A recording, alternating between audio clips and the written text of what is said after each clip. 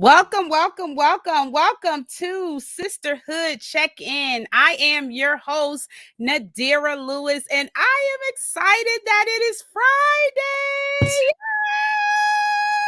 Yay! And I'm excited to be able to have my guest with me today, Johnson, and we're going to talk about a really sensitive, and while we await third guest to which should be approaching very soon, but I wanted to kind of take, this August is this October, or August is September, October. That's when it's so exciting. That's how you've been working so much and you can't tell which day is which. Right. Well, October is Domestic Violence Awareness Month, and it is also Breast Cancer Awareness Month. And our first 2 weeks, we are dedicating these 2 weeks to domestic violence. And then our final 2 weeks in the end of the month, we're going to devote it to breast cancer awareness. So, what we're going to do is last week we did a replay of an actual person that has gone through domestic abuse or some sort of physical abuse, and what we basically did was we basically went over their story, and it was like a replay. It was really good. So this particular week we're going to go over 3 different powerful testimonials of women that have been in different types of abusive relationships. We have one scenario where you may have seen in the beginning stages of our sisterhood check-in, where we had, like, I believe in the first 6 months, we had a couple of people that we actually went over their testimonial on what they've gone through. But before we get into that, I just wanted to make you aware, if you're listening to us on YouTube, make sure you click the like and subscribe button. If you are watching us via Facebook, make sure that you actually click the like button and click the share button, because tonight is going to be a different night. It's going to be unique.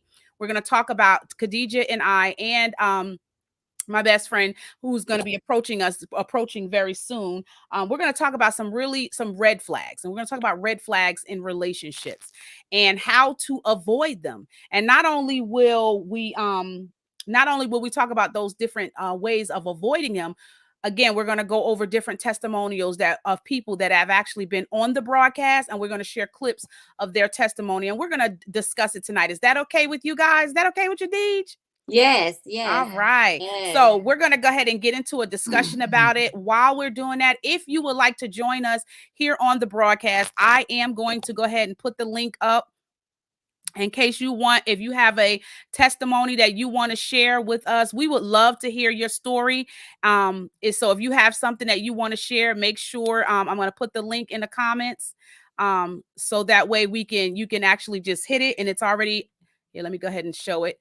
So it's already there. So if you decide that you want to join us here on the broadcast, just click on that link right there, and we will go ahead and allow you to come on. And we want to hear about your experiences. Tonight is going to be open forum. We're going to discuss this stinking thing called domestic violence. And we're going to get right down to it, because it's not being talked about enough, because most people that have experienced it don't really like talking about it. And the people that are actually in it don't want to talk about it, because there's so many things that are going through their mindset. So this is an opportunity for us to dialogue. And if you are watching and you are in a domestic violence situation, I'm going to go ahead and put the 800 number up so that you can get in contact with somebody that can help you. There are people standing by right now that are there to help bring you support. If you have family or friends that are that you can trust and depend on, make sure you make them aware of the situation. Don't wait until it's too late before you say anything, because I know, been there, done that, and hold on. Been there, done that, and wrote the book. Okay. So I know what it's like to actually go through a situation where you don't want to talk about it. You don't want to share, because you don't want to be looked at a certain way. You don't want people judging you. You don't want people saying you're stupid. You don't want people saying certain things that it's your fault. So sometimes we avoid conversations, and we look for people that we feel comfortable being able to share even bits of pieces with. And so if you're watching us and you want to join us in the conversation, make sure that you go ahead and and just click on that link in the screen. So, Khadija, what do you think about Yes. this? What do you think about this whole thing on domestic violence? One, I think is very beneficial to a lot of people. And the one thing I would love is if we had men who would come Yeah. on and actually give us some insight of if they've ever experienced, domestic violence. It may be like, a pride thing or something, because, Hmm. like you said, people don't want to other people to know that that's something that they're going through, or Hmm. that is something that they've been through. But their testimony helps other people, and making it an awareness to so many, and knowing that, hey, I've been through it and I've overcome it, or I'm still overcoming it. And it's just giving that help and that assistance. So Hmm. tonight I'm just praying that, if somebody will be touched or moved to, even if they contact the 1-800 number, even if they contact for prayer, or even if it's an awakening on the inside of them to say, hey, you know what, I'm in this situation, I can overcome. Because even sometimes when you get out of a situation, you never really overcome the situation. And so Hmm. even with this broadcast tonight, I'm just praying that somebody will overcome and even get their momentum back, get their life back, or whatever the case may be, get that healing that they need. So I'm kind of excited. Yeah, I am too, because I am a survivor, and I've been in a domestic relationship, and it's difficult because it's hard to kind of acknowledge that, especially if you feel like, because there's a certain stigma that goes with that you feel when you say I'm a survivor. It's almost Mm, look like you a punk. You let this joker do judge. And most people don't realize that domestic violence doesn't just start out where people are just running up on you, right. it's a slow process where there's emotional abuse, where you gain their trust, or they gain your trust. Hmm. You start to trust them emotionally, financially, physically, if you're married, and so you start to feel like, wow, I've laid my heart in the hands of this individual. And whether it's through circumstances, because most of the time abusers are dealing with things themselves. Yeah. I don't think anybody in their right mind just runs up on women and just starts smacking them down, unless they just, Yeah. just I mean, not even people in the hood just do that. Right. Right. It's just there's definitely a trigger, that's something that takes place in their life that causes them to contribute to that type of behavior. So, Hmm. hey, the thank you for joining us. Yes, yes. I'm drinking my ginger. Yes, I know I need to have mine to the side. Khadija and I were talking about just the red flags with domestic violence, and the red flags in relationships. And we're going to play in the show, we're going to play 3 clips of people that have been on the broadcast Hmm. previously and have shared their testimonials about how they've gone through. So one of them is in incest from family. Another testimonial is when they were actually accused.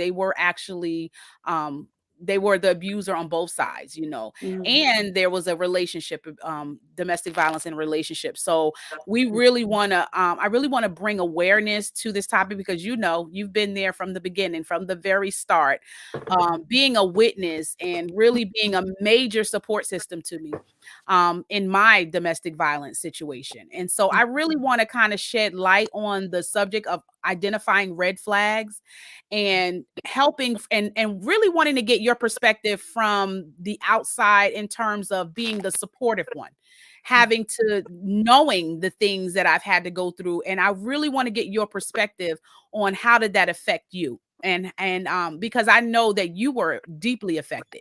I know you were very much involved in, and we'll get into some of the specifics of how we actually got through that. And Khadijah's going to bring a perspective of just being she's writing a book called Counterfeit I'll let Khadijah say it, because I'm always messing up her book. Counterfeit relationships. Counterfeit relationships. So Hmm. she's her perspective is also going to be vital, because she has some things that she's experienced that will maybe, so we all have a different perspective that we can bring to women that are listening, and men, because there's some men that are being Yeah. that are being abused also. It seems a little, being a survivor, it seems like, huh, really, what? But it does happen. It Right. does happen because there's a spirit behind it. And that spirit is neither male or female, so it can happen in either cases. And you have children that are abused, so it's not just a gender, it's not like a gender thing. This thing affects every type of relationship. And I just want to take some time as we're getting into it to acknowledge some of our supporters that are watching. Thank you so much for watching. Kendra, we appreciate you watching. Yolanda, thank you so much. She says, good evening. This is very good. I was in a relationship filled with domestic violence many years ago. Yolanda, if you want to come on with us and talk about that, we would love to have your perspective. I had put up a link right here. You right here in the comments. You can, and I'll leave it up for you. You can actually just type in that information or go in the comment section and click on the link. And I would love to hear your side and your perspective on what you went through as you were going through that. Sarah is also, I want to also acknowledge Sarah. She said, my husband abused me, but he was also sexually abusive as a child, and we're going to get into that, Sarah. And I'm so sorry that you had to experience that, but I'm glad that you had the courage to come to be bold enough to share that publicly, because it's easy for people that have not been in a situation to discuss it and to discuss it openly, right? Oh yeah, she said she met her ex-husband. Yes, okay. So it's easy for people that haven't been in a situation to discuss it amongst each other, to discuss it amongst family, to discuss it amongst friends and other people. But the abusers and the victims, we're the ones that don't really do a lot of talking about it. You would click on this link right here. Click on the link in the comments. Yolanda, it says it's right up here on the screen, but you can click on it in the comments. If you look in the comment section, if you scroll up, I'll post it again in the comment section so that you can click on it if you want to be able to share it. Let me go ahead and put that in here also. I'll put it in the comment section so you could just click on it. But so it's easy for everybody else that is not really in the situation to really talk about it, because they're talking about it from an opinion, they're talking about how they feel, what they see going, what's happening in the person's life that's actually experiencing it, right? But the victims and the abusers themselves, you don't really hear them talking about it. All right. And it's because there's a lot of things that are lined up with that. You don't see a lot of people talking about it. Now, there's some people that have survived and feel a moral obligation to really share. Thank you, Kendra. Thank you, Kendra. Thank you so much. I appreciate you having the boldness and the courage to share that with us. Thank you so much. So it's, when you've actually overcome it and you are in a place where you're healed emotionally, physically, in some cases, because some people do have, physical damage to their bodies, or whether it's their faces or whatever it is, do feel the moral obligation to talk about it, because it's like there's more power in being able to talk about it when you come from the place of experience in it. So I feel as a moral obligation, because at first I have to be honest, I was very uncomfortable talking about it in the beginning. And I was very uncomfortable talking about it because I didn't want anybody to pity me. Right. Because God had brought me out and he has changed me. He has, I've overcome it. I didn't want, and I don't think the pity was more so I didn't want to appreciate the gratitude for it. Was just, I didn't want to feel that again. I didn't want to go back to the memory of that, because talking about it brings back the memory. And sometimes bringing back the memory brings back the feelings of insecurity, the feelings of insecurity. The feelings, oh, no, you're fine, Yolanda. You can come on right on in. You're not disturbing anybody at all. The feelings of insecurity, the feelings of you just don't want to go back to that place. And so you feel like, I just rather just share it, experience, if somebody talks about it, I'll share it. But to actually stand up and say, okay, this was me. And this is how I felt. This is what I dealt with. And this is how it's always easy to talk about how you overcame it. Oh, anybody can say that. We can all talk about what we overcame. But when it comes to a point where we actually share our process through it, that is where it begins to get difficult. Because now I have to go back and I have to remember the pain that I felt in the moment of me thinking about what happened in that moment. So it can be tough, but I am so grateful for each and every woman and male that is watching that has stood up instead, just like Kendra and Sarah, that says, hey, I've been in this before. I'm not ashamed to talk about it, because you don't know if your story is going to help somebody else. And that's how I view it. That's how I became, I think my first interview about the domestic violence situation was with Teresa Burton. And Teresa Burton does every year, she does an initiative where she actually speaks out a lot about domestic violence, children violence. And it was my first interview ever doing talking about my experience publicly. I've talked about it, I've shared it with different people, but I've never really basically you just click on the link, Yolanda, click on the link, and then it'll ask you to put in your information, and then it'll bring you backstage, and then I'll be able to bring you on. And so I felt like, that was my first time actually ever doing an interview publicly online. It's one thing to talk about it with friends and family or different people that you meet that may have gone through it. You could talk about that easy. You can share, intimate details that you don't have to worry about people looking at you crazy, because you like, it's not the world. But when it's the world and you have to do it online, it's a different feeling, because now you have to be vulnerable. Now you are sharing the intimate things that maybe people that knew you didn't know all the details to, and now they get to see you and they're like, wow. So that's why, I wrote my book. And for those of you that haven't gotten my book yet, you got to go to Amazon and get my book. What happened to me? How did I get here?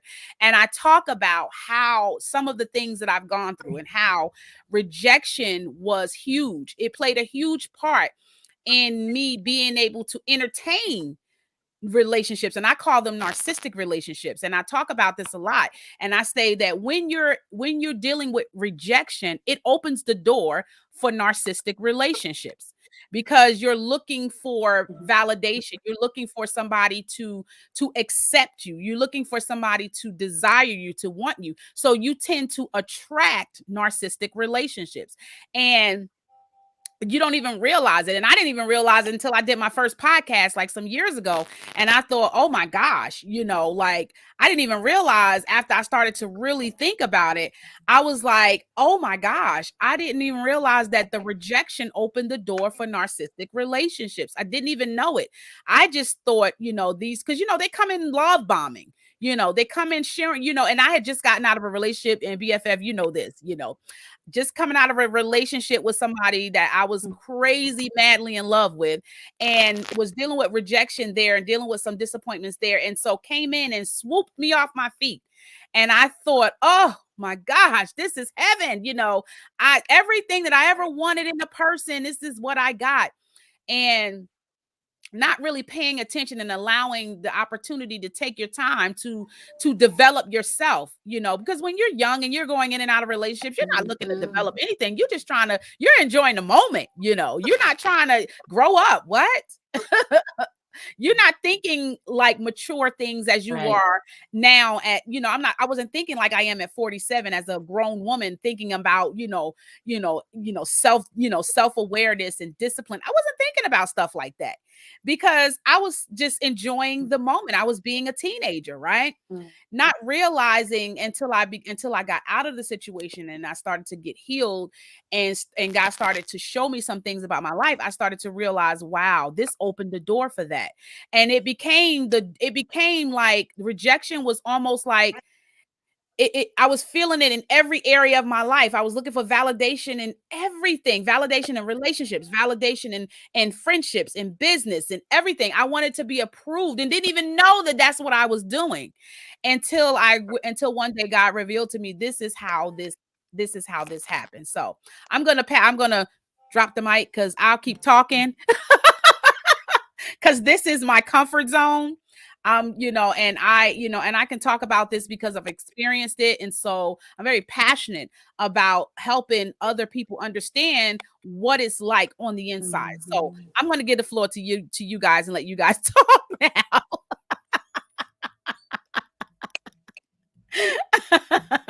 I dropped the mic. because you're sharing your past. No. You're sharing your past, which leads up to where you are today. And I'm sure all can all say, where we are today, we wouldn't erase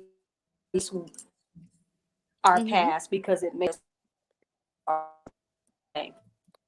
So Right. you show that strength that you endured to be able, and how your faith really does bring you closer to Christ, because when you get closer to God, you really start hearing from him, and he starts giving you wisdom. It really makes a world difference. And so sharing your past, which leads up to where you are today, it just shares the journey that you've had to take to get where you are. And I think sometimes people Absolutely. really you've had to take to get where you are, they don't confidence but confidence. And so you have this new confidence about yourself because you know your story, you know where God has brought you from, you know where you once were, and how in the situation of going through any type of rejection, any type of domestic violence that may have brought you through that. It does, and from what I see, the growth, of how grown I've seen the strength. I see the strength. I still see the strength. And Oh, thank you, watching BFF. that, yes, I said, it, it was some hard things to be able to endure and hear, but being able to, from the outside looking in, as you once said, being able to do that, um, it was um, it was shocking to me, because it wasn't something that because you always was always had a smile. No matter what you went, always a smile, and you went through it with grace. And even when you shared it with me, it was like, really? No. Just the shock outside of whatever I had witnessed. I just never thought there were some things that you were experiencing. And so because of how you handled it with grace, so I just thank God that through all of that, you're here to talk about it. You're here to Mhm. share your story.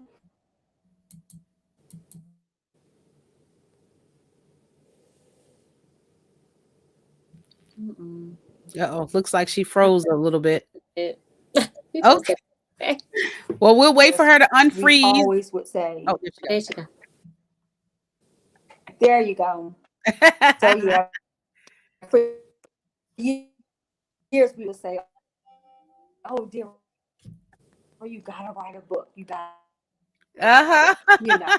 Because we don't know, do you remember that? And then, when you said you were writing this book, and I was like, wow, it like did something to me, because it showed me the strength that you had gained, like, and the Mm, courage that mm. came with the strength that you had. And so that really like touched me.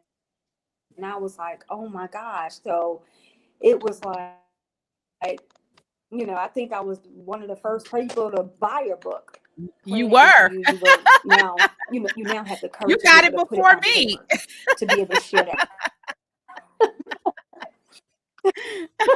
I did. That's right. Because you said, bring it to my house. You was like, look, you was like, you So did like an I unpackaging. guess, You was like, I look, was look just what I got. I was like, excited. what? I was like, she got the book Yeah. before I Hmm. did. I was like, Yep. what in the world? I was like, ooh, it Yep. looks so shiny. I was so excited. So it was just,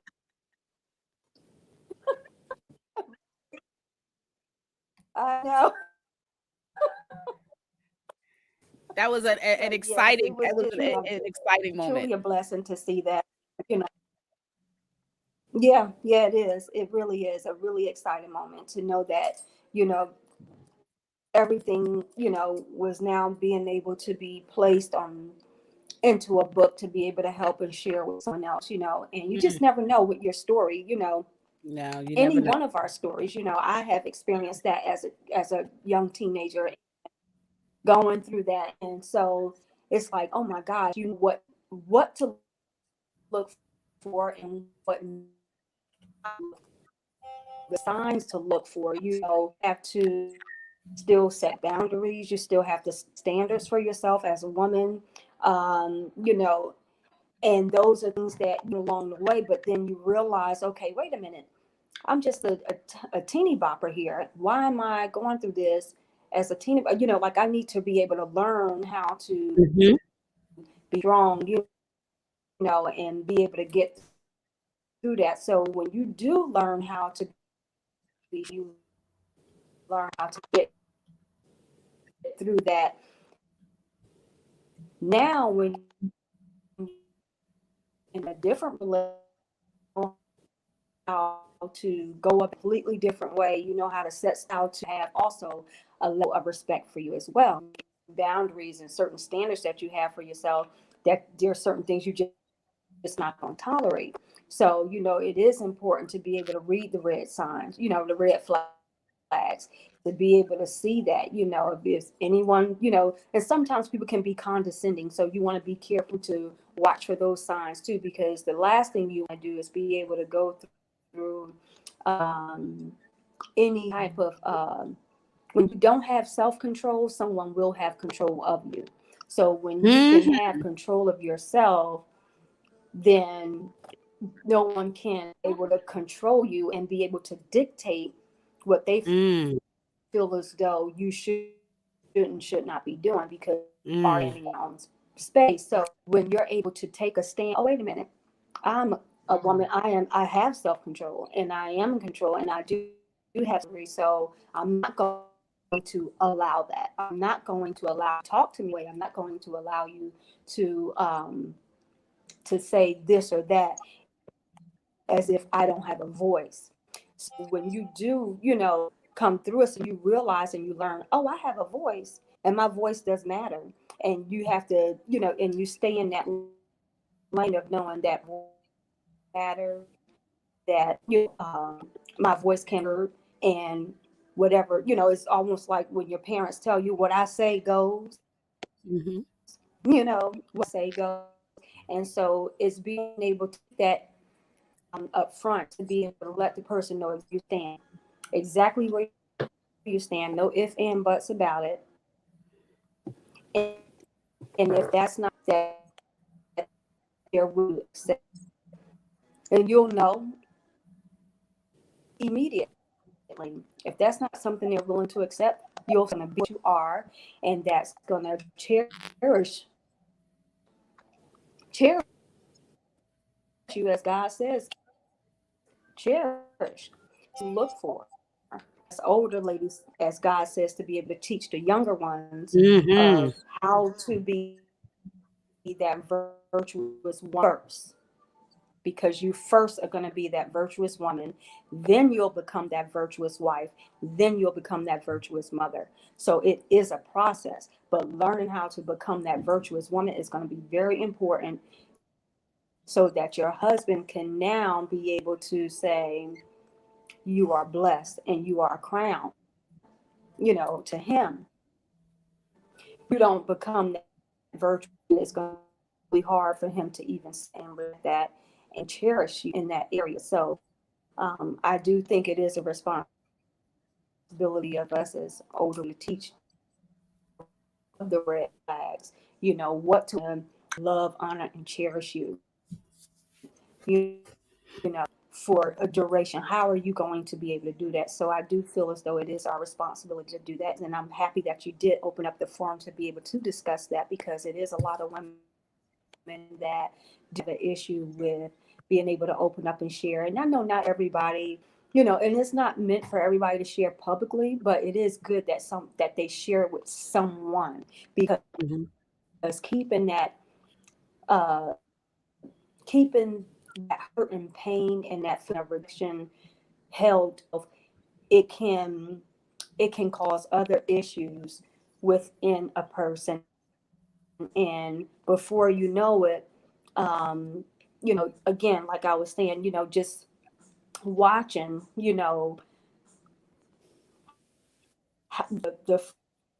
the come is it's amazing. It's like there's no more of, you're not, you are is of being intimidated, your voice can be heard. And it's weird, and almost like you could take it or leave it. So Mm. it's a blessing when you're able to do that, because women are, intimidated, they're in fear. So but being able to have that person that they can go to and be able to speak to and confident, and knowing that they're going to give sincere support and be there to walk through it and help them along the way, really does make a world of difference. So I don't want to keep you up all the time either, Khadija. I want to hear, we want to hear what you have to share too. That's okay. That's okay. Um, I just wanted to actually I couldn't hear all that you were saying because it's breaking up so bad. But I did hear bits and pieces. Um, the one thing I wanted to touch on Okay. was the rejection. So in my book, Counterfeit Relationships, the one thing I talk about is rejection and how it opens up so many doors. And I know identifying red flags in other people, but also identifying the red flags in us that attract those types of people, like Nadira was saying. So in my book, I go all the way back to my childhood. And so the first place that I experienced rejection was between a mother and a father. Mm. And I didn't have that father figure in my life. So you grow up feeling, oh, nobody wants me. He didn't want me. You grow up with all these different types of emotions and these different types of feelings. And so in that place, it's just that open spot of saying, hey, I want someone to love me, and you start gravitating to almost anybody that comes your way. You know what I'm saying? And then a person knows, like in my book I put, a person can tell once you start conversating and stuff like that. They could pick up what you're saying. They could pick up some of the intimate places, or they could discern as well as, oh my bad, I'm all in reading the lady comments and stuff like that, but I'm like, my bad. But y'all, I'm not used to this right here, but I could be sitting up here looking like, oh, what she said that, what they said and stuff like that. But you do tend to attract, like Nadira was saying, like narcissistic people, those people that says, okay, I identify this place of rejection, or I call it a wound. I call it a place that hasn't been healed. And not only is it rejection, but you have all these built up emotions. And Mhm. so it attracts that very thing that like I say, a counterfeit towards you. So the first flag I would tell people to look for is that flag within themselves. Mhm. So if they've ever been rejected, any kind of hurt, like the young lady was saying that she was molested when she was younger. Well, I was this close to being molested. I don't know how I got away, but I did. And I remember laying in the bed, and the man came to the bed, and I remember crawling in the dark on the floor trying to get away, and he was crawling with me. And I don't know, somehow, and I tell you no lie, the closest he got was sticking his tongue in my mouth. Oh, wow. Yes. And then other than that, I do not know how I got away from that situation. But when you go and tell the person that the girlfriend of that particular person, and they don't believe you, you know, that's another type of rejection. You see what I'm saying? Mm, And so all of that builds up. So my and me, it was thinking, well, dang, this person don't believe me. Where is that love? My father mm, doesn't want me. Where is that love? You know what I'm saying? And so then um you start attracting people that gives you false hope, false love, you know, all those particular things that you are looking for because you never got it from the foundation. right. And you don't think self-development, when or personal development Mhm. when you're 16, Right, or right, you're yeah. you're thinking, like I said, you're young, you're naive, you're not thinking. Mhm. Right.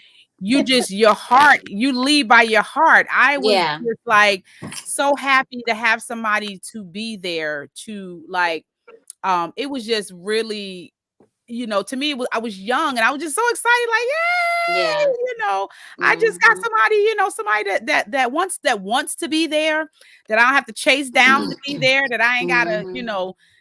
go doing the hocus pocus and the boogeyman show to go find you. It was like, you're there and you're just wanting to be there, and that desire to want to be there all the time was a form of love bombing. And I just thought, oh, that just he just loves me. And I don't doubt that he Mhm. didn't love me. I don't doubt that. I just think that what happens is when people are not healed, they don't know Yeah. how to That's it. express the Mhm. love or the emotion that they have. It's not really love that they feel, it's more like control. Yeah. They love how you make them feel. And the minute, it's almost like that, like in a narcissistic relationship, the more you're feeding them, you're Mhm. making them, it's like you're giving them something and they're feeding off of it, and they're getting, it's like you become like you become like their kryptonite. Yeah. Like, like they're just, showing you, yeah, yeah, he loves me, and he won't even know, and you don't even know what love really is, like, for Right. real. Like, you just Mhm. know, we just, at 16, love is a feeling. And you know the good thing, the thing that you also mentioned or somebody mentioned, that they are broken on their side as Yeah. well. And so like they don't know how to love, like you were saying. So their form of love is Yeah. a form of control or a form of dominant Mhm. because of whatever they went through or saw in their own childhood, because Yeah. they don't know how to love it. They don't even know what that is. Right, definitely. Well, we're going to take a quick break and we're going to come back. And in our next segment, we really enjoy all the comments and engagement. It's everything. It's really helping us. I really like it when we get together and we talk about it openly amongst each other, and really Mhm. not just talk about it, but talk about solutions on how to avoid it if possible, Yeah. in the beginning, and then how to be able to deal with it afterwards. So we're going to take a quick breaks. We're going to go through your comments, and then we're going to go through 3 clips of 3 testimonials of women that have gone through different types of abuse, and we're gonna have a discussion about it. So we'll be right back. Thank you guys for watching. We'll be right back after this. There's no need for fire. The bullets fly through the air. It's a definite sign. I'm your greatest despair, and I hope you'll be mine. What if we Hi, I'm Nadira, author, life, and business coach, and founder of the Becoming a Woman of Proverbs Wisdom Academy. I'm excited to be able to bring to you a class that I'm going to be teaching on called How to Build Digital Products with Ease. This course is going to be filled with so much amazing content. We're going to talk about how to create ebooks, journals, courses, and so much more. So make sure you registered. Link is below. So make sure that you sign up so that you don't miss how to use your creativity to create products that will benefit you and your potential clients to come. So thank you for watching. Have a great day.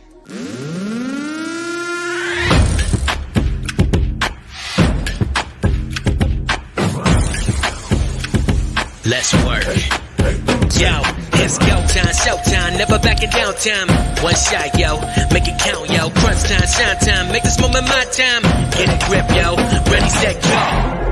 We bring the thunder. Bring the thunder. Let's work. Bring the thunder. Let's go.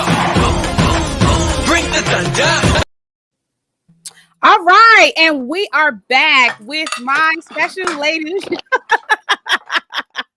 What you laughing at, Deesh? Girl, I was all up there like this. Girl, I'm bad with the commercials, girl. I'm bad. I'm telling y'all, if y'all want to learn how to create content, that video content that pops, make sure y'all go to my website and sign up for. I got another announcement, but that's going to be coming in another day at another time. But make sure you guys go to my website if you want to learn how to create video content that pops. Go to www.womanofproverbscoaching.com. So we are back and we are having an awesome conversation about Domestic Violence Awareness Month. And we have been sharing a lot. You guys are awesome. I want to go ahead and go through some of your comments. You ladies are amazing. And Yolanda said that her abuser was someone that she grew up with and was very familiar with. And since she was familiar with him, she thought it was safe to marry him. Oh, wow. But he became very physically abusive right after marriage, and I was devastated and too ashamed to share it with anyone. I felt shocked at first because here is a person that I grew up with and knew, or so I thought. Yolanda, trust me, I understand that very well. Also, I was molested as a little girl by a relative for about 2 years straight. Oh, wow. So I was already very damaged already. So this was like more shock to me. And somehow I began to feel deep down inside that I deserved this because the abuse was actually familiar with me. And that is crazy because that's what in this testimonial that we're going to watch, we're going to do a clip and I'm going to show you this is exactly what happened in this person's which is my sister-in-law had a testimonial where she was actually at her godparents' house. And these are familiar people. And so they molested her for so many years started at a very young age. These were, when you talk about familiarity, this is an example of what that looked like. So we're going to go ahead and I'm going to go ahead and play this clip real quick. Pull up. So this is an example, Yolanda, of exactly what you're talking about and what you're referring to as far as familiarity. So I'm gonna pull it up on the screen. You guys let me know if you can see it. Okay, can you guys see it? Okay. So I'm gonna go ahead and play this clip real quick. About yourself, so you can foresee certain things that may happen. For me, I am a survivor of sexual. Okay, let me make it enlarge the screen so everybody can see it. Okay. Make it easy for everybody to see. Okay. Can you see it? I was couldn't hear it a little bit. About yourself, so you can foresee certain things that may happen. For me, I am a survivor of sexual incest at the hands of my godbrothers, and also abuse for a few years from my son's dad. And in that time, and in both times, one, the incest was from the ages 9 through 16. And with that was also not only sexual abuse, but it was physical abuse, mental abuse, emotional abuse, verbal abuse. And going through that at an early age, 9 years old, through 16, at 9, you can't really understand what's happening because I didn't know. I lived a sheltered life, so I didn't know what the details of sex was at 9, believe it or not. So when this started happening to me, I was totally confused as to is this right? Is this wrong? It was my god brothers. It was weird. It was just odd for me. But as I grew older and knew, I was afraid and I was hurt because I'm in a position as a child to make a choice of whether I will stop this and possibly never see my family again because they were my God family I was living with, or just tell the immediate adult in my life to maybe get them to stop it and move on. But that's a lot at 9 to try and figure out.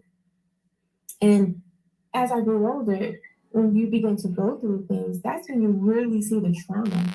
Because when you're starting to live in a life of abuse, you get used to it. And naturally, your mind will begin to adjust you to that situation because we are survivors, no matter what the situation is.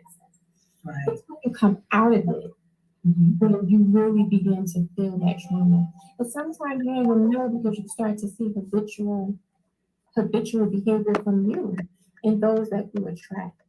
So for me, thank God, once I was able to come out of that, I had therapy. And through that therapy, I had consistent reinforcement telling me, no, this isn't your fault. No, there was nothing that you did. You were a child, etc., etc. But it creeps into you. It creeps in to say, why me? Two God brothers? Did I do something? So you have some blame. And women, men, people that go through things, believe it or not, there's times that we will say, what did I do wrong? And when you begin to allow that to creep in, your confidence level can go down. Absolutely. You feel like you are in fault and you are attracting these people. And even people will begin to tell you these things. Or maybe it's something you're doing. So we have to guard ourselves when you've gone through trauma and you're coming out of it, because if you don't, this is when you're at your most vulnerable state. So the rule of therapy, as I got older, God was always in me. God never let me hate. Even after the abuse stopped and we were going through court and people were saying how they wish that these men were dead, how they wish that this would happen to them and how they should be under the jail. These were my brothers still. I love them. That's who I grew up with. I couldn't feel that. Even though I was angry with them, and even though I hated what they did, I didn't hate them. And I just thank God for having a forgiving heart, a naturally forgiving heart, because if without it, I would hold on to that anger. I would hold on to resentment. I would hold on to why did you do this to me? As opposed to allowing God to guide my heart and let Him work through me to build that resistance that He gave me out of that situation. So I try to, when I speak, I try to get people to, yes, you've gone through something, you're coming out of it. Now it's time to do the work of being resilient. Now it's time to not focus and give the energy back to those that did anything to you. Why? Because you're still here and standing strong. You're still here able to smile and laugh with your family and your friends. That's not happening anymore. So don't let it keep pulling. So what do you guys It's think a of that? new What do you perspective. guys It's a think new one. about And hold on, let pray. me pull it up. Pray and ask God, get me Pull through it this. up. Get me So through what do this you guys time. Don't allow let's me discuss to that. have Can you a hear heart me? that is not forgiving. It's not your job not to forgive, right? If God can forgive us, then we can forgive those that trespass against us, right? Because when you do, God will only bless you. He will bless you with a clean mind, a clean heart, so you can begin to do the work to get through that trauma that you've gone through. All right. So let's talk about that. That's pretty deep. At the age of If I 9, could just find it again. well, just ask you, at what age did you realize?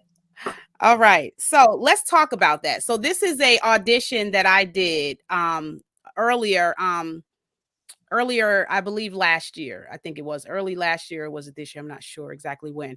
Where she was discussing. Now here you have a scenario where she was 9 years old being molested by her god brothers. This is somebody that you see on a constant basis. So let's talk about that. Do you know, or do you see, or how do you respond when it's your family or close friends when it comes to abuse? I think sometimes, especially with his family, and you're that young, I think a sense of knowing if it's right or wrong, but I also think a sense of fear. Will they believe me? Will they listen to me? Will they, what I'm saying? Will they think it's my fault? Mhm. I think at that age, all of those things come, especially when it's family or, Mhm. someone close to you. Cause I don't know how old she is, but sometimes back then that stuff was like hush, hush, brush up under the rug, Mhm. don't tell Mhm. nobody, Don't tell. Yeah. right? It's family, and stuff like that. So, I mean, that's how I kind of see that kind of scenario. And I do so agree with her that, after she said something like, after a while you just become like numb to it, and then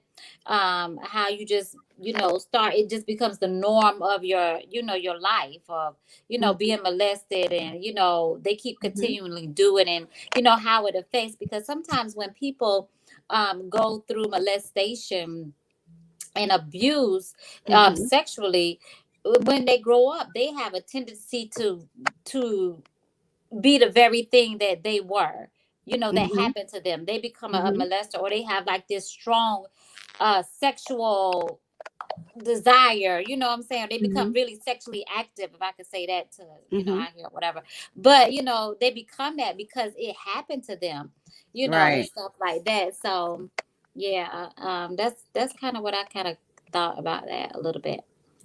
It's not, when you're a child, you can't really Kind of froze. defend yourself, yeah, I think it just Mm, froze. You can't really defend yourself, as you could. You still feel the same sense of helplessness, even mm, from being in a marriage or in a male female yeah. relationship. You still feel the same sense of helplessness, Mm-hmm. because you're still not standing up for yourself, or you still feel like you're not able to get control over the situation, as if when you're a kid, Mm-hmm. you're it's like you against an adult, so Yeah.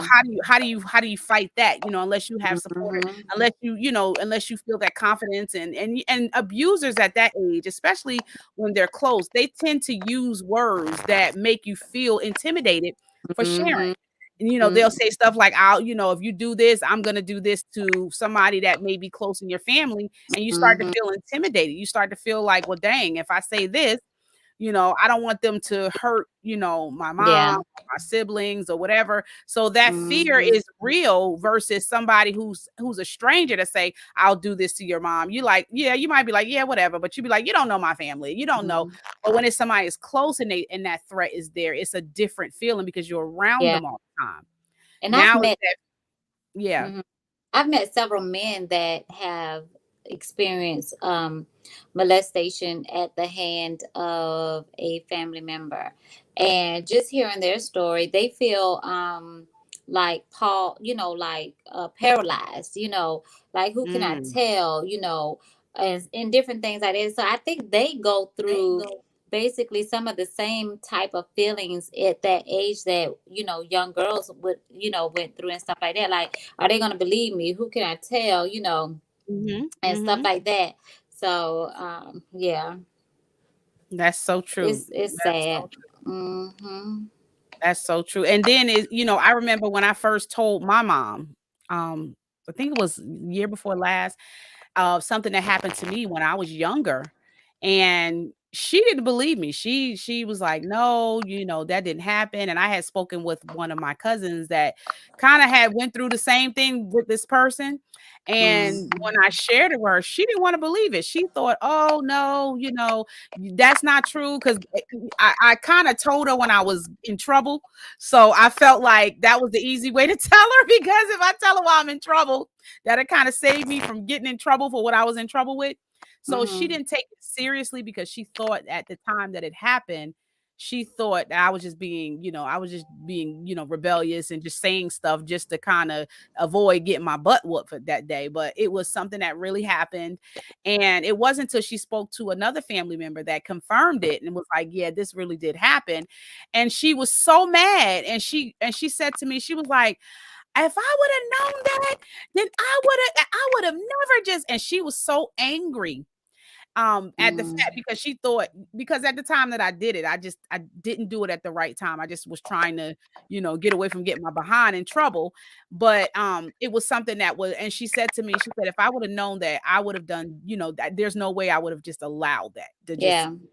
she didn't know. And but I just thought, oh, she just doesn't believe me, and that was one of the reasons why I didn't say anything in the first place. But it was just that she didn't know, because this person was somebody that she knew. And who wants to believe that something happened to you from somebody that that's a hard thing to Mm-hmm. do, is tell somebody, hey, you did this to me, you know Yeah. and then you find out there's somebody close. That's really tough. So but she did, and she was like, wow, she was just like, man, I'm so sorry about that. I didn't know that. If I would have known that back then, if I would have knew it back then, it would have been a different scenario. And I believed her, because Mm-hmm. your parents have the best interest at and but she couldn't go back and get that person. I know just what you mean, Antoinette. You, when they find out later, you want to get upset. This Mm-hmm. person wasn't necessarily a relative to me, but they were somebody that was around our house a lot.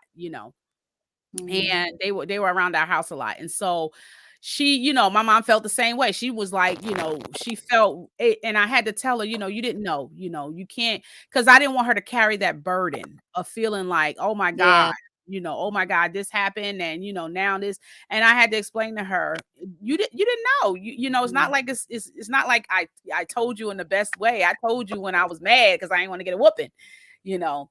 But and then you go through your mind when it is somebody, you start to think, is something wrong with me? Like, because Mm-hmm. you start thinking, like, what did I do? Like, why did they choose me? Like, and you start thinking, is something wrong? Like, what did I do to contribute? Because that's the first thing that we used to hear when you're a teenager. You just hot to trot. You just too hot to trot.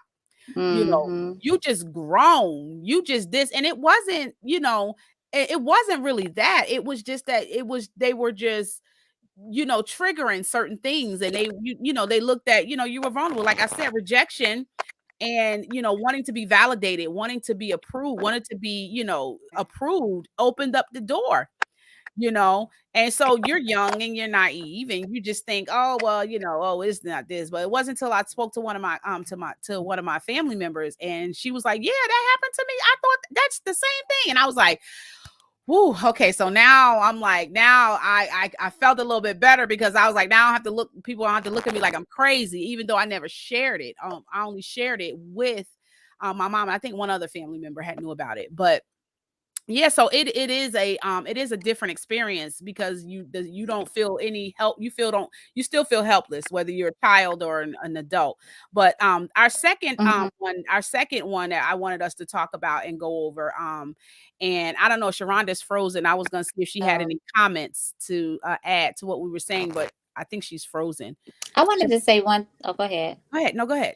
I wanted to say one thing. It's amazing how you said, they always said that, oh, we're too hot to trot, or we're trying to show off, or, it's something that we have done.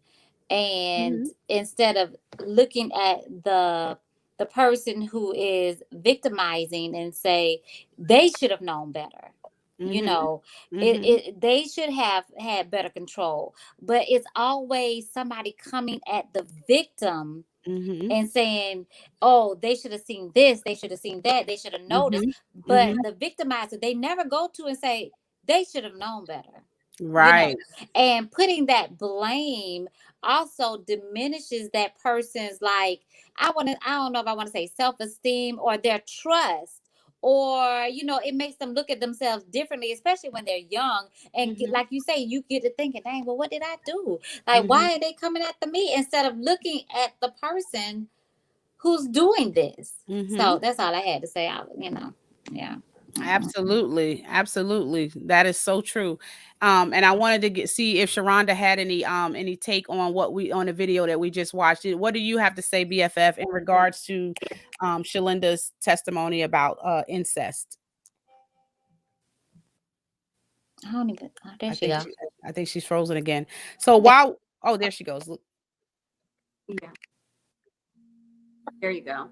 Um, I would say like pretty much agree with what both of you have said. When are a young girl and listening to her story as a young girl, and having someone close to you do something like that, I'm sure, that spirit of fear will come upon you, because first of all, as a child, you don't know how to protect yourself. You don't know how to protect your innocence, and you're just, being a child that's just, free spirited and loving. And this is a relative that's your family that you're told that you should love. And for them to do something that harms you in a way, that's physical, it goes beyond now, it affects your emotional being, mental being. So you're now having to see this person off, and, a few times. So it's hard to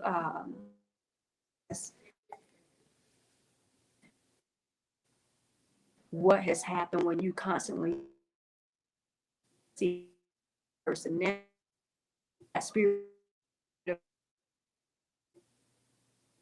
increase fear, the fear, because coming around more often, and when they do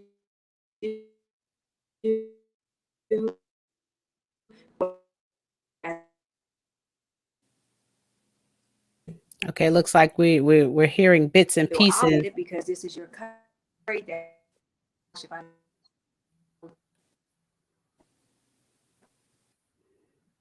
it's going to Sharonda, if you're on your phone, take your or they're going to turn off the Wi-Fi on your phone, because that may be me. Well, what did interfering. I do to cause him to want to do the so? I was thinking the same Because thing about turning off our Wi-Fi. Yeah, Sharonda, turn off. We can't hear yeah, you. So we can't hear you. So turn off the Wi-Fi on your phone, and that will sometimes allow it'll allow sometimes the connection to flow through your phone internet. Sometimes when the house internet, I have to do that with well, mine. I have I'm to turn off sure. the house. I'm hearing like bits and pieces. What'd you say? I don't even know if she hear you or not.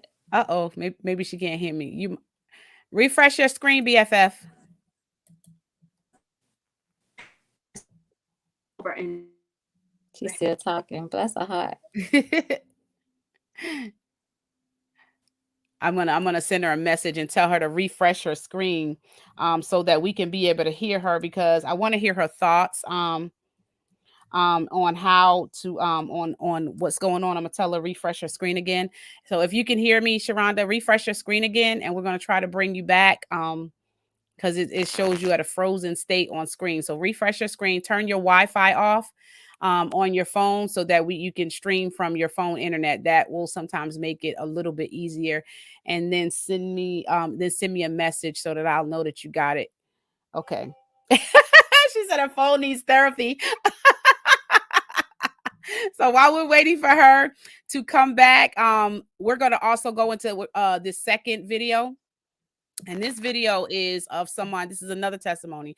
And this one was really dear to me too, because this was somebody that I knew and was present at the time, present in terms of, in being in their life at the time when this happened. So this was really something that was really difficult for me to hear, and let alone watch. It was really difficult.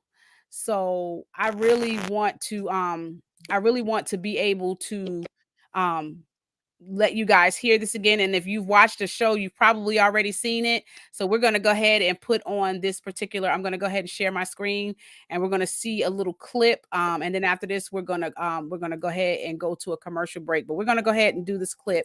And I want you guys to hear this young lady's testimonial about what she went through. and how she overcame some of the stuff that she did. So I'm going to go ahead and play her video, and let me play it right now. Not Okay.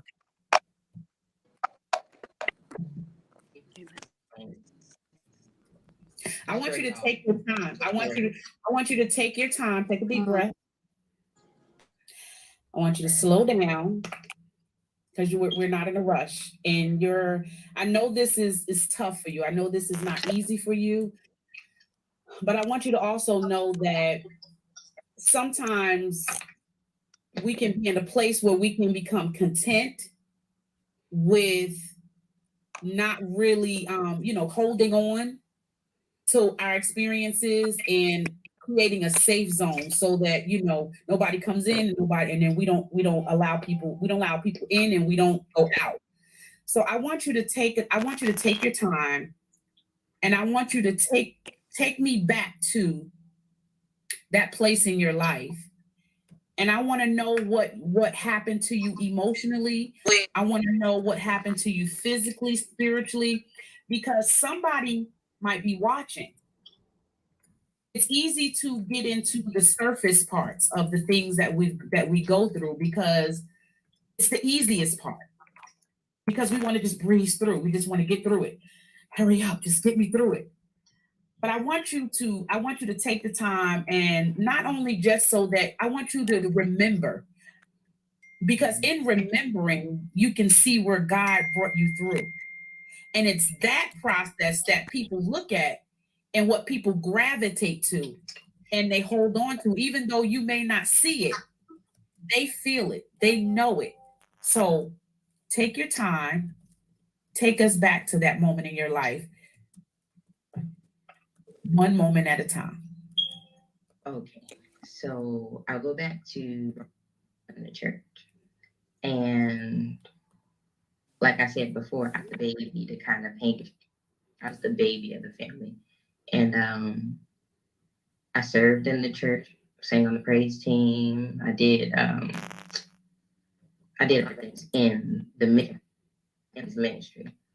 And I raised with this guy that nobody really knew. And I just ran away one day. And I loved the Lord. Like, I love the Lord. And it was like I felt like I was doing the right thing. I didn't believe I'm doing something wrong. Well, my family just don't understand. I know what I'm doing. The Lord knows. I'll be good. Got this. That's what it was like. And the whole while through, who knew me or anybody that was close to me in that season of my life, that I really did believe that I was a right thing. I was a God thing, so to speak. And so to really get, I guess, as time went on, it started to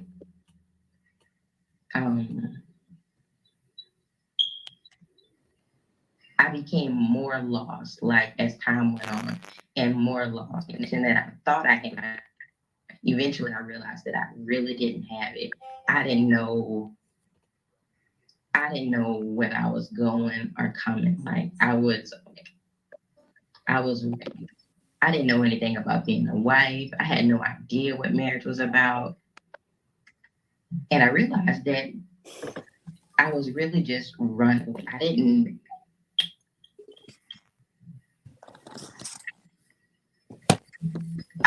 what I was getting myself into. I really did. And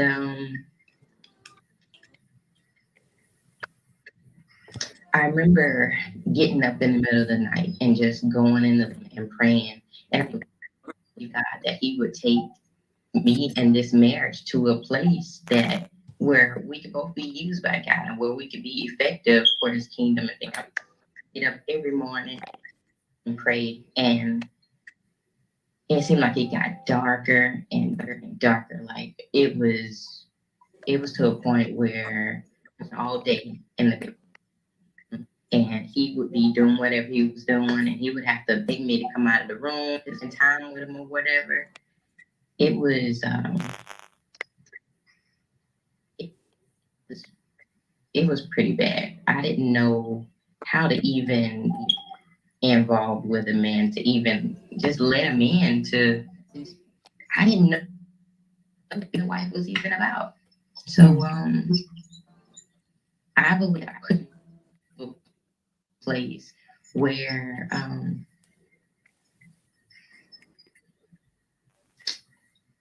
where he lost it. He believed that I was one thing, little angel. I wasn't that. I believe that like destroyed him and started to do all types of things. And I don't want to make it seem like, oh, he's this bad person.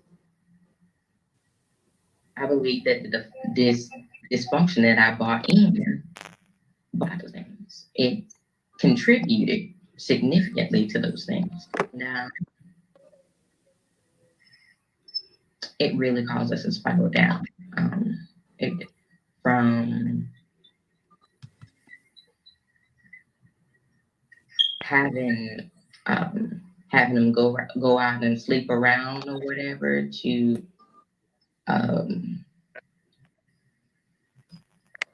another woman pregnant, over married. And we had a son. Am I going too fast? No, you're good. Okay. So You're good. We had a son, and in the course of all of this, he was physically abused. And it's a scenario which I won't say a scenario, but he was abused, and I knew about it. And I tried to hide it because I really didn't. I really didn't want to go back home to what I thought was all the fun and all of this bad stuff. I didn't want to go back home, so I told myself, well, my family, I'm gonna do what is right for my family. I'm not gonna call the police on him or whatever. I'm gonna take my son and let our aunt watch him and give him a break so that he won't have to, have to deal with crying or whatever. And that's what I did. For a while, he didn't watch the baby. What would happen while I was away at work, or while he was at work or whatever. Our son would be there. And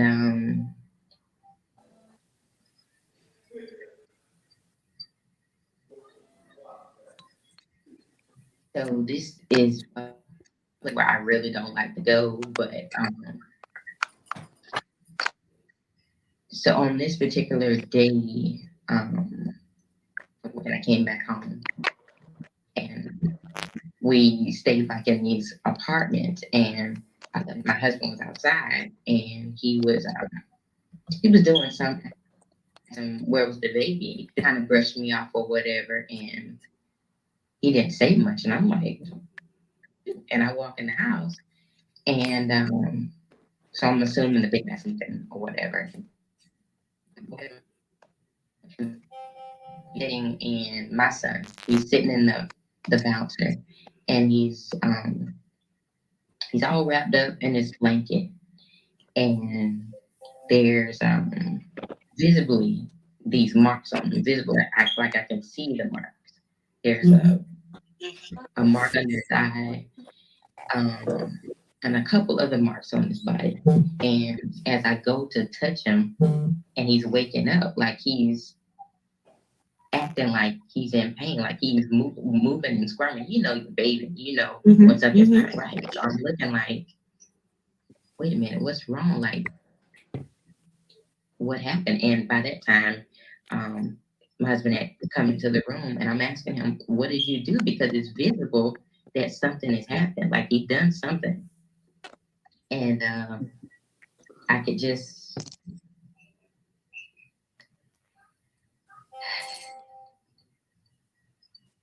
looking back at it, I wish I would have responded differently. But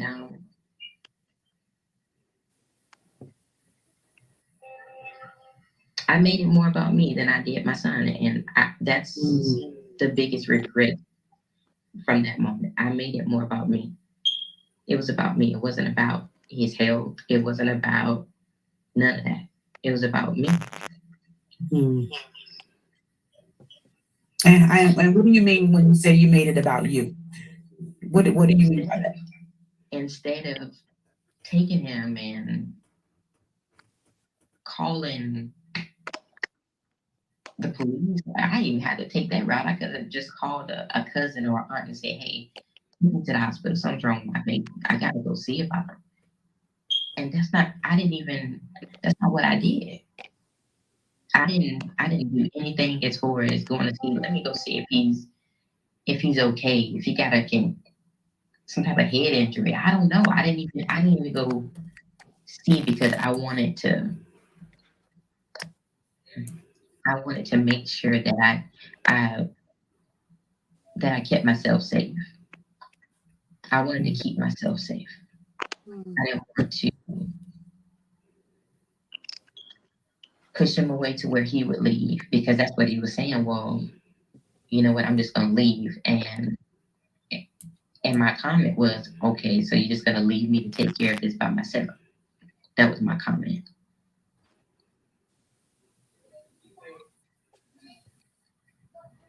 So that's my biggest regret from that is there's so many different things I could have done in that moment to just get him the help that he needed, and I would have had him today. I would have had him with me today. And for those of you that have not got a chance to, you can watch the full version of what happened in that testimonial. You can go to my YouTube channel and watch her story. But to give you a summary, for the sake of time, of what wind up eventually happening, she went to jail. Her husband went to jail. And her ex-husband at the time went to jail. I think he's still in jail. I think they gave him life. I think 15 years to life, I think, in jail because he had literally, from what I understand, is broke all the bones in the baby's body. And so the baby is now, they both of their parental rights were taken away from the baby, and so she has since been healed. She has, allowed God to do some healing in her life. She has been remarried now. It has been some time that has gone by. She's gotten remarried and has another beautiful baby and has learned a lot from this experience. And it's unfortunate, that her first son, she no longer, her parental rights were taken away because she was young. She didn't know, exactly, when you're young, and like I said, you don't really understand, and I commend her so much because it's not, like I said in the beginning, it's not easy for the abuser or the abused person, the victim, to talk about what they've been through. It's not always easy. It's easy for other people to discuss it, because it takes you back to a place that you don't want to go back to. Because going back to that place, whether it's in memory or recollection or whatever, it brings back those emotions that come with it. So until you get to a place where you're completely healed, and I even will beg to say that even when you are healed, you still at some point still struggle with what you felt at that time when you really think about it.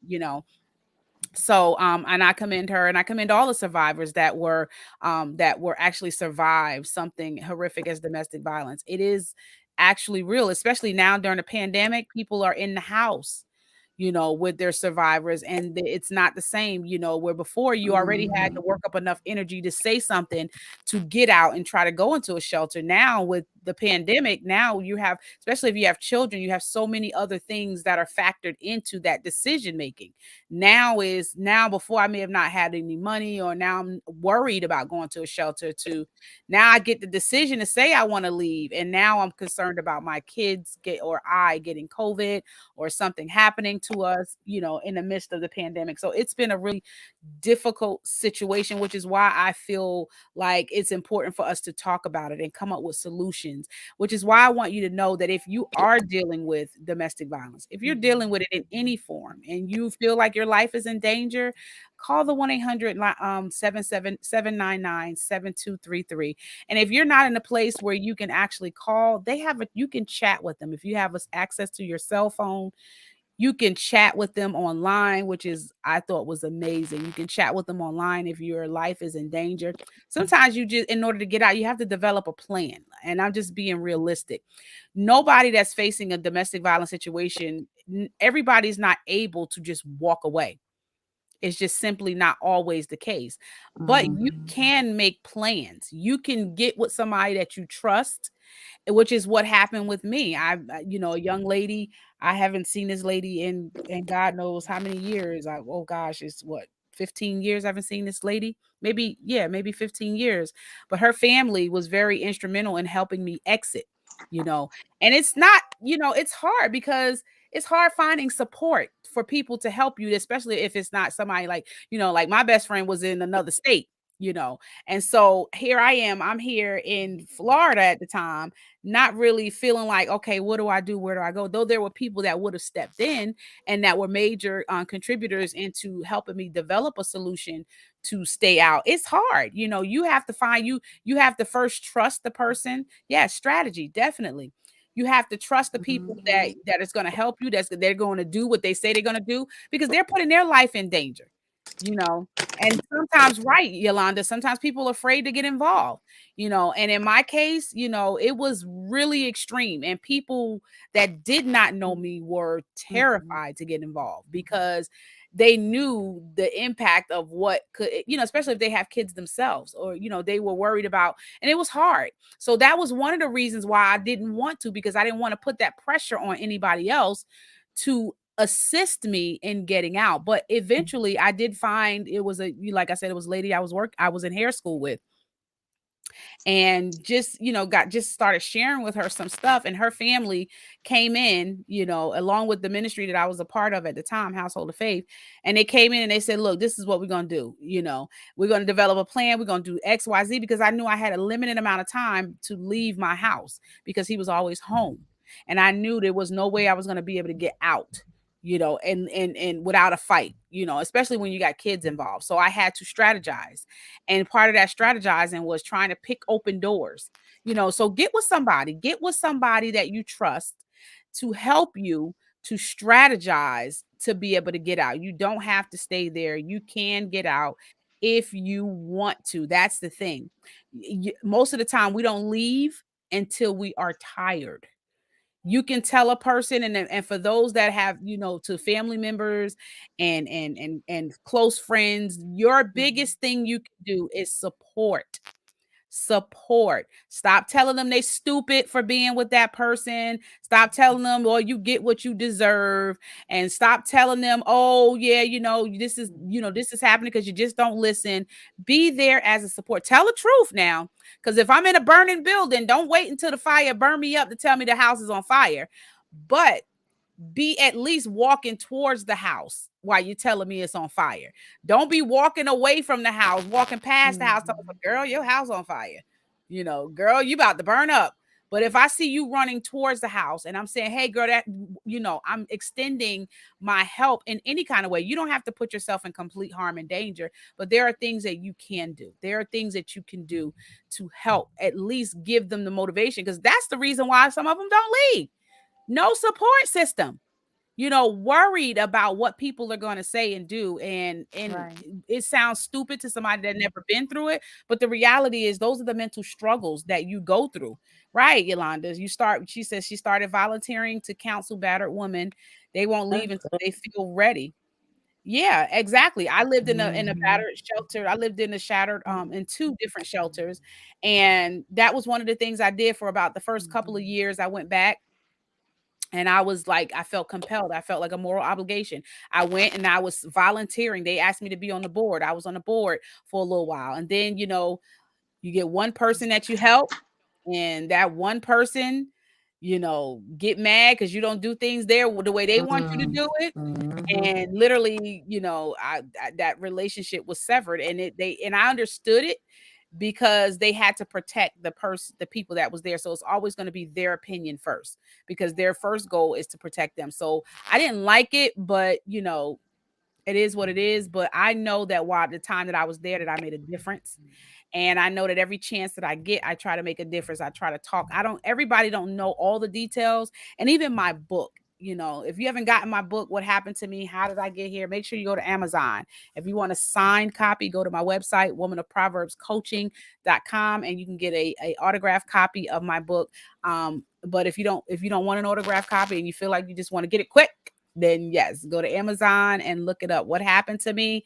How did I get here?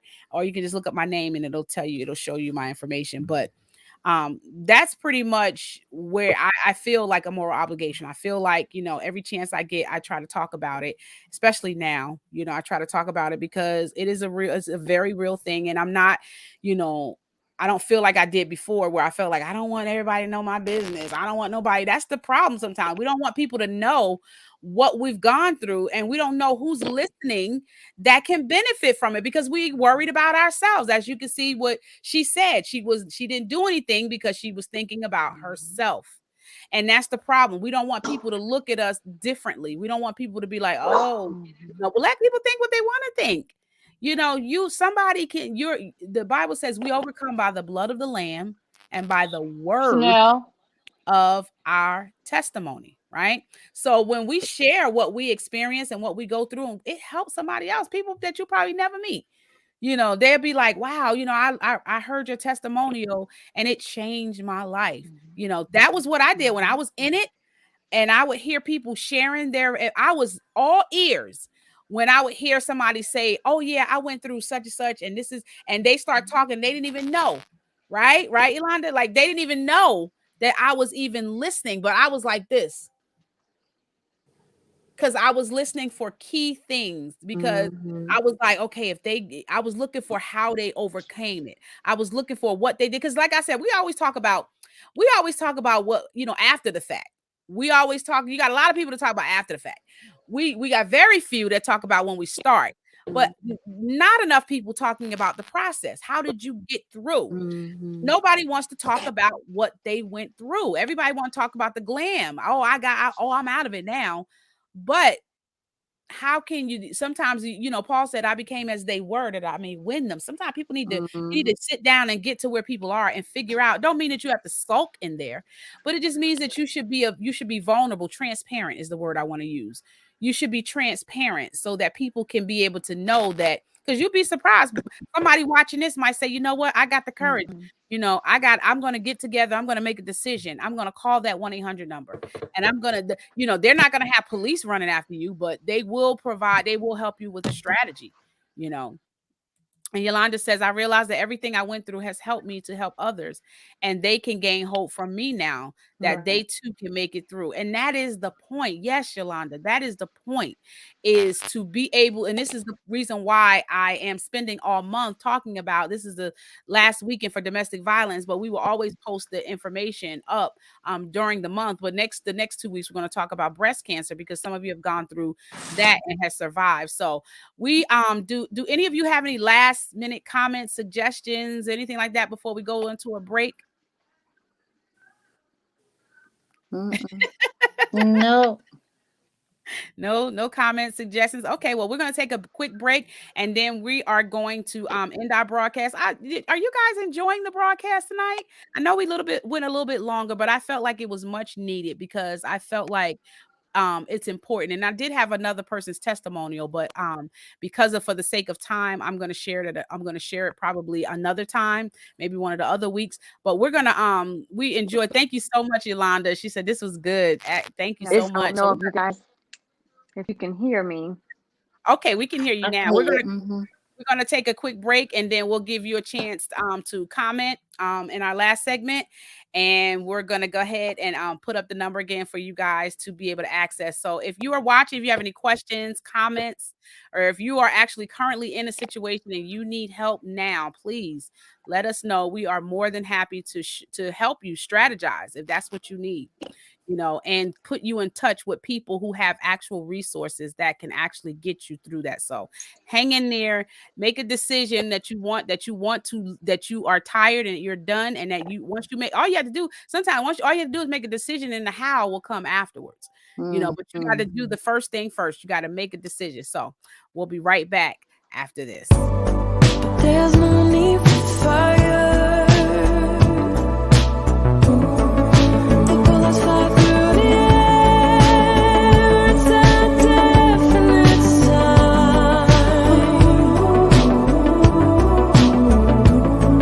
I'm your greatest despair,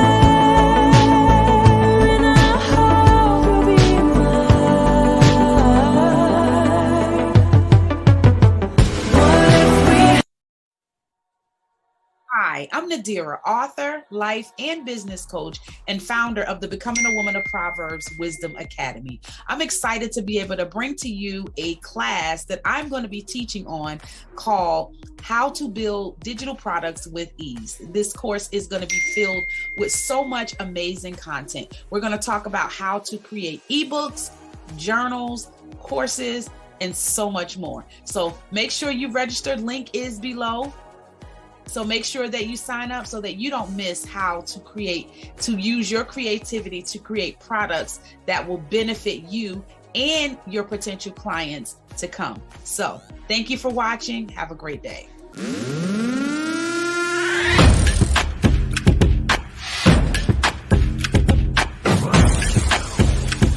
Let's work. Yo, it's go time, showtime, never backing down time. One shot, yo, make it count, yo. Crunch time, shine time, make this moment my time. Get a grip, yo, ready, set, go. We bring the thunder. Bring the thunder. Let's work.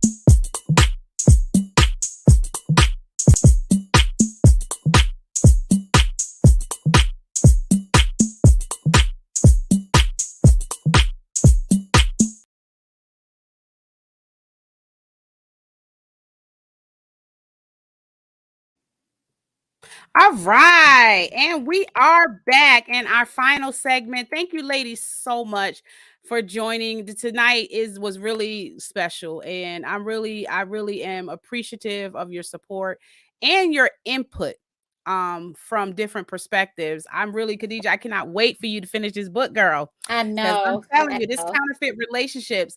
Talk to I us a little bit, know. give us a little bit of taste. Talk to us about what we should expect Um, when it comes to counterfeit relationships. so counterfeit relationships, one, like I said, I didn't want to be biased and just blame it all on the male. So I had to actually point to self. And so in the book, you will also have to examine yourself and see what it is in you that attracts different types of people. And then the other one is actually looking at it from the men that I have attracted over the years and things like that. And so one of the things that the male always come up. Let me. I'll read. I was gonna read you a taste, but Come on, read us a taste. Come let on me now. see. Let me find you a little You can't taste. flag a lollipop in front of us and not expect us to wanna taste it now. Come on now. Let me You see can't if I be. can pull up You a see little this taste. BFF? She's talking about somebody give you a taste. She gonna flag a lollipop in front of us and then say, I don't know if I want to give you a taste. So this was one of the things. So I talk about one of my experiences with one of the guys, and one of the things that made me think like, okay, he could be that person. So I'll read you. Let me see how far I want to go down to. Let me see. Hold on. Let me see how far I want to go down. Okay, I'll stop right here. So it says one day while minding my own business, my social media messenger popped up with a, "Hey, how are you?" Asked someone named Vashawn. I was a little hesitant to respond at first because it was through social media. Vashawn portrayed himself as a man of faith who seemed to be very interested in getting to know me. So right there, because I was so hardcore, like ministry, I was just in there. So portraying that, hey, you know, on his social media that he was in the same caliber, quote unquote, man of faith, praying, all that stuff. I was like, okay, maybe, okay. And then so after our initial exchange of hello, he became very persistent. For the next few days, he would send me messages stating how he thought I was an awesome looking woman, how he was looking for a great woman of God who seems to be in touch with her spiritual side, and how he wanted to get to know me. Ladies and gentlemen, you know all of the fluff that speaks to your identity and value. So with a counterfeit, they will actually speak to what they believe you want to hear. So and then let me see. Okay. It Yeah. say me being the Tell you what you person I want to am, hear. asked, you perceived all of this based on a social media profile. Him responding as most men do with, it's mostly your looks, and through reading your posts, it sounds like you are a true woman of God. Over the next few weeks, we start learning a little more about each other. Vashawn lived in another state. He also was a few years younger than me. Long distance relationships can be hard to manage, but he assured me that he was willing to drive or fly to the state I was living in. There you go. He offered to have Bible study with me and pray with me. A praying man is a plus for me because it shows that one has a personal relationship with Jesus Christ. So he was giving me everything that I was looking for in a male. Vashai had caught my attention, so why not give it a shot? I mean, he is a man of faith and he is willing to travel. So, hey, Vashon and I hit it off well until one day he called in the midst of our conversation and he asked the question of what color and kind. Puzzled, I asked, what color and kind of what? Yes, I was a little green. Vashon wanted to know the color and kind of panties I was wearing. Wow. Wow. So my whole point with that is, so Vashawn portrayed himself as this man of faith, this deep down prayer thing, and then all of a sudden, after he got to know me a little better, he started digging in that place where that may have still been a place in me that have not been healed yet. And so he started digging, hey, what color you got? And stuff like that. So that helps identify A counterfeit will give you everything that you're looking for, but the thing about that is it cannot last. It will not last. So I always tell a person, if you're dating somebody or looking to date somebody, within 3 months you will actually see the real them. Yeah, So for that's us true. as women, or if men are watching, be upfront, ask those hard questions up front. And I think one of the things that gets us in trouble is that we do not ask those hard questions up front. Like a friend of mine was saying that they asked, is somebody in a relationship with you, or are you in a relationship with somebody? Is there an assumption? That's almost like that's the question you have to ask. Are you in a relationship? Is there somebody that thinks they're in a relationship Right, with you? exactly. You know what I'm saying? And then what is your intention? With us as Right. women, sometimes a male can say, I want to be friends, right? They saying, I'm not looking for a relationship, I want to be friends. But they're calling you every day. Y'all are going out and eating. Y'all are doing all these things. And then so in a woman's mind, especially if she's still not healed in that place, and she has that place of loneliness or looking for love or anything like that, she will start thinking into the relationship more so than what he's willing to give. Now he's already told you, Oh I yeah, just want she'll to be a marry him in her friend. head. Yeah, she'll marry Uh-huh. him in her head. Right, Like yeah, exactly. She might be like, this is my man, she had girl. her own wedding And ceremony. then right, and then as soon as he don't call, or as soon as he don't Right. whatever, they be like, I wonder what's wrong. He ain't called me, but he did say y'all are just friends. And so he's not obligated to call you every day. Y'all not dating, y'all not in that, in that relationship thing. And I think that's one of the things that we get caught up in as females, is we have to take them at Mhm. their word. Mhm. Now granted, sometimes they may say we're a friend, and then and marry him in your head, yes. That's because we're emotional. Mhm. Yeah. I did a broadcast a couple of months ago, maybe early in the year, maybe during Valentine's Day. And I was saying how women, we are feminist Emotion, yeah. women, we are emotionally driven. We feel good to do good. Where with men, they do good to feel good. And what I mean by that is men, in order, it Yeah. makes them feel Direct good. beings. Mhm. When they can take you out to dinner, and they do different things for you, they do good to feel good. It makes them feel good when they can operate in their masculinity and be the protector, provider, and all of that other stuff. But when women, we feel good to do good, which means if you do something to me, you melt my heart. Oh, and next thing you know, we want to cook your dinner, have your baby, and marry you all on the same day.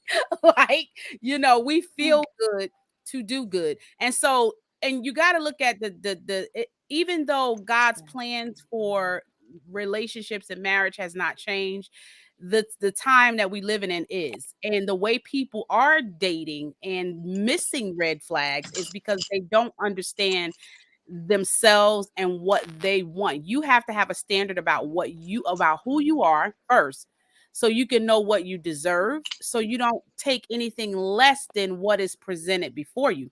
What happens is you have to meet people, and this is one thing I do agree with Paul Posey. And he said you have to meet people first, you have to engage them, then you date them. So you have to, what Mm-hmm. happens is we meet people, and all of a sudden, back in the day, I said I always had a hard time when my husband passed. I had, because it was like back in the day, it was like it was like understood. You meet each other, you exchange phone numbers, is understood. We go together. Like now it's a little bit different because there's so many different terminologies in and variety. Now people are not, it's not enough for them, and people have been married before, they've been in relationships, they've had children, so their perception about dating is totally different. And so you have to know for yourself what type of person you are, what you expect, what you're looking for, so you're not wasting your time in areas that you know is going to be a waste of time. So you have to know you have to know who you are, because you can't know what you want if you don't know who you are, and what you're looking for in your life. And most of the time, to be honest with y'all, let's just be real. Some people want relationships and you ain't even got your own self together yet first. There's some stuff in that you have to get together Right. first, You know, you have, if you're a single mother and you have children, get your kids situated first. Build that relationship before we run out trying to go jump, trying to get a man to replace the one that we don't have.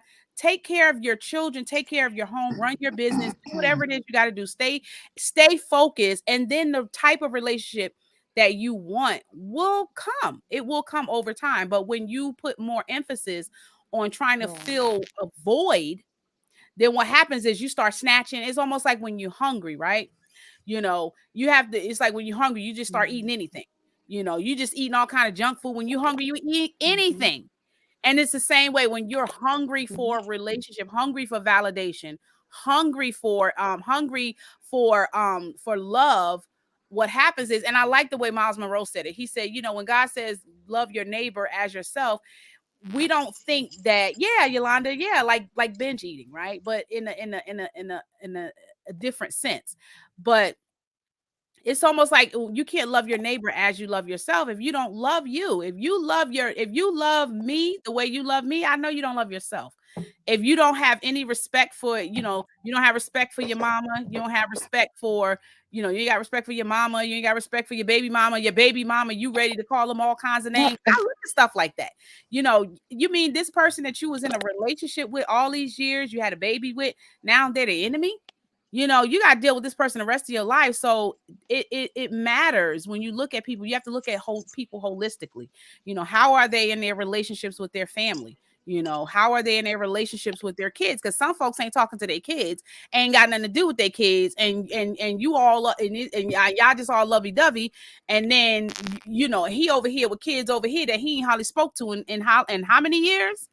You know, so there's things that you really have to really take some time and get to fit and allow God to fill those voids, so you're not hungry and just eating junk food. Because when you have a healthy perspective about life, when you have a healthy perspective about life, you're careful what you eat, what you put in your body. You're careful about what you allow in and out of your mind. But when you have those moments where you start feeling like I'm deficient, you know what happens when when your body is lacking something, right? A nutrient. You start feeding it other things, to thinking that, you know, most of the time we're eating sugar a lot. We're eating lots of sugar because we're lacking something, a nutrient in our body. It's the same way in relationships, human relationships. When you don't, you know, the scariest thing is this: when somebody say they don't like being by themselves. I'm scared of folks that don't like being by themselves. Because if you don't like being with you, I know I'm not gonna I'm not gonna like being with you if you don't like being with you, you know. And so you have to learn how It's like an to, addict, you know. yeah, It's yeah. like an You have addict, to you know, a appreciate it. drug addict, an Yeah, alcoholic, a sex addict, whatever you're addicted to. And some people that might be addicted to drugs, then it's like, I just gotta have it. Or some people that are addicted to alcohol, I just gotta get that other drink. Or sex, I gotta just go in and be with whoever. And it's the same thing with love for those who are addicted to love, not knowing that only God can fill that void. And once God can fill that void, you won't look for it in anybody else, you know, or any validation, like you said, in anywhere else, because you'll know that you're already validated through Christ, and that you are fearfully and wonderfully made already, that you were right, already approved from your mother womb already. So regardless of what anybody in the world may have to say about you, or whatever man or woman has to say. You already know what God has said. So it's really developing while you are alone and enjoying who you are as your person and knowing how to love yourself so other people can learn how to love you. It's really developing of that close relationship with Christ, and also developing that close relationship with yourself. And as you're doing that, you're learning how to love yourself through God. That way, that man or that woman will know how to also love you as well. So I really do think, you know, only God is the one that can really fill that void, you know, but it has to be where a person gets to that place to understand that it's not going to come from anyone else, and you'll keep craving it, but it's really going to come from God first. And then and you after can't put that, all you'll that be like, well, responsibility if on he, one person. I mean, to put all that responsibility on one person and say, fill my voids. I mean, gosh, that's an awesome responsibility. Only God can do that. You know, you have to make sure that you are, and it's healthy. It's healthy when you have a balanced way of how you see things. It's healthy, So Mhm. absolutely, absolutely, absolutely. Yeah. Did you have And any once last they love you comments? like God, then you're good. Yeah, definitely. Definitely. No, this was pretty good. Yeah. I can tell. Let me tell you, I can tell when Deej gets sleepy because the words get short. She be like, Hold on. Did you see mm, me over here snacking? I was like, now Deej, you got something to say? BFF. Nope. And it's breaking up. I can't see. And And then I when can I tell when do BFF see, is over there tired. I can tell when my best friend tired. Let me tell you, I've known this woman all her life. Let me tell you something. I can tell when she get tired because her I put eyes my squint. Bluetooth in. I'm trying to hear. I'm trying to squint. I'm like, what they saying? She squints her What eyes are they like this when she saying? get I can't tired. hear them. She squints her eyes when she get tired. She'd be like, I said, look, I was looking at the, I said, now, you know what I started snacking and everything, honey. I said, oh, 10 o'clock was my bedtime. look, I saw somebody put on Facebook Girl, and say, if you see listen. anybody, I'm right look, there with you. I saw somebody put on Facebook and they say if you over 40 and you see somebody outside over 40, that means they took a nap. That's probably Right. true. That's probably true. That's probably true. If they outside after I'm 9 drinking o'clock, my they ginger. took a nap. Oh my Right? I God. was I'm like, drinking my ginger to try to stay up. Okay. okay, My Look, bedtime look, was let me like tell 3 hours y'all. ago. okay. That's why I do this on Friday Oh nights my because I God. know this is like Friday nights is like no holds bar zone. This is because people jump on at different times or whatever. They can always Yeah. go back and watch the replay. But it's funny Mhm. because when I get done, see that's the bad thing about having your office inside your bedroom Right, because right, ooh, right, I thought somebody right, was looking at me, girl. I was like looking to the right. side, like I'm tired. You start looking at shadows and you be like, what the heck was that? You be like, you tired when you start seeing stuff out your peripheral, and you be like, what was the light on? I got about 3-4 lights in my face, so they over here about to burn my hair down, like over here. Oh Lord. Let me tell you, when I get done with this show, baby, let Not me tell you, burn the everything hair. come off. All of it come off. I Don't know. look. All of it starts I shutting know. down. You I'm be gonna like, go get back to the what I show. looked like before you got started. Let's go back to Right, that. right. Thank you guys so much for joining us. I know it is way past our bedtime. We are one of those ones, and I had a very Yeah. short nap. I didn't have a very long nap, so I'm very sleepy I didn't right have now. that. It's You're not allowed to do that been before a I finish busy because then I day. might go to sleep on the show. Okay. Girl. Deej, I could tell because Deej be like, Deej be like in the beginning, she be like, yeah, because and then all of a sudden you start seeing her start sitting back. Then she starts slumping back. And then I'll be having nothing to say. I'll be You be like, you got something to say, friend? You got something to say? Nope. Everything done been said. Look, Khadija go to bed at 6 o'clock. At 6:45, the I don't latest. know how Nadira do it. I think she must have had some ginger. She didn't That chew ginger some girl, let stuff. me me, tell you I I don't something. don't know. eat. I am I the be like, queen of girl, ginger. Oh Let me tell it's you my something. almost 12 gosh. If o'clock. it's, And I might run out of everything else in my house, but baby, one thing I won't run out is Because you ginger. are I won't it's run wired out with ginger. ginger. up. Sharonda, But you she know be what? up. When I go to bed, I go to bed. When I shut down, I sleep hard. I go Okay. into Oh my REM. God. Like, but I don't know, at nighttime sometimes, like, Girl. I'll be I'm up like, for a what is moment, she? I'm but drinking my ginger. I'm like, no, she done had something else. I got my little ginger. I'm like, no, she got something else. She done took something else. Right? She got something else Something. over there. She got girl, that's something. that ginger girl. Let me tell you that. Look, Yes. I'm trying to stay in here till them girls go to sleep. Because if I even get out that door before they go Well, to I need sleep, to drink. Well, I guess I should have drank the whole cup before we got started. I should have drank the whole cup. I be drinking ginger all day. Let me tell you something. My body has gotten so accustomed to ginger that if I walk out the house and forget my ginger, I will drive all the way back home to get my ginger and drink it. I'm like, I'm going back home to get my ginger because if I'm Oh gonna my function during the God. day, I needs to be. But baby, let me tell you, when I I'm do go to telling you. sleep, let me tell you something. I lay it down. Ain't no Oh telling my what my God. face look like when I go to sleep. I'm sure I'm sure I'll be under the pillow when I go to sleep. So, That is too but funny. y'all just this was so fun. This was so amazing. Thank you Amazing. guys so much for joining and contributing. If you guys are Yeah. watching, again, if you haven't gotten my book, What Happened to Me? How Did I Get Here? Make sure you go on Amazon and search for it. This book tells you about the two things that I've learned is if you can't control everything that's happening in your life, you can control two things. You can control your perspective and you can control your response. So thank you guys for watching. Make sure you join us on Sunday with response. Dinner That's right. with the Coaches. Woo! Dinner with the Coaches. If you guys have not been a part of Dinner with the Coaches, you guys are missing out. We have an amazing group of coaches that get together and really share their expertise. So make sure you join the group. I just started a group, Dinner with the Coaches. Make sure you join the group. And I have an announcement to make. It will be finished within a week or so. I have started, I have the Becoming a Woman of Proverbs Wisdom Academy, right? So with the Wisdom Academy, it's mainly the coaching in terms of life and mindset and those type of things. But I've been working on the Becoming a Woman of Proverbs Entrepreneur Academy.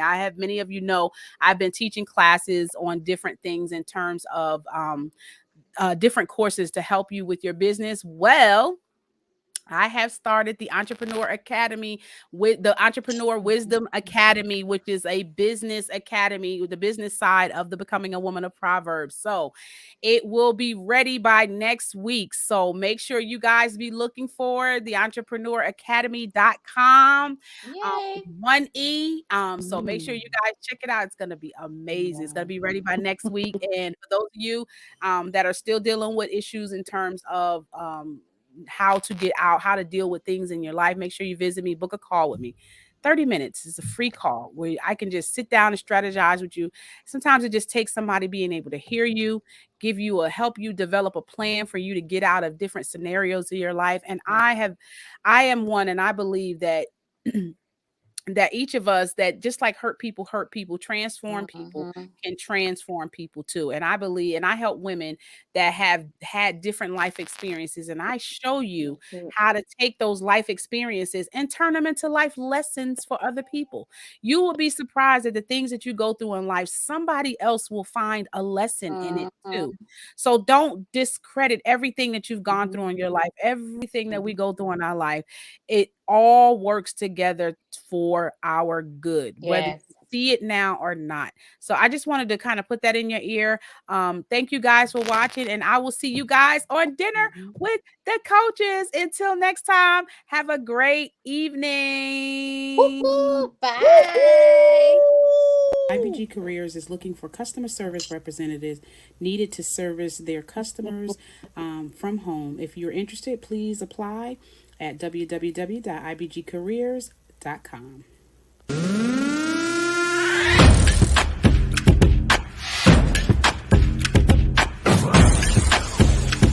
Let's work.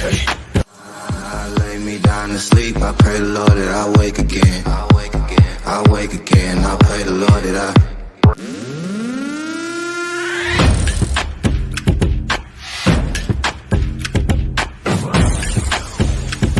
Let's work. Yo, it's go time, showtime, never backing down time. One shot, yo, make it count, yo. Crunch time, shine time, make this moment my time. Get a grip, yo. Ready, set, go. We bring the thunder.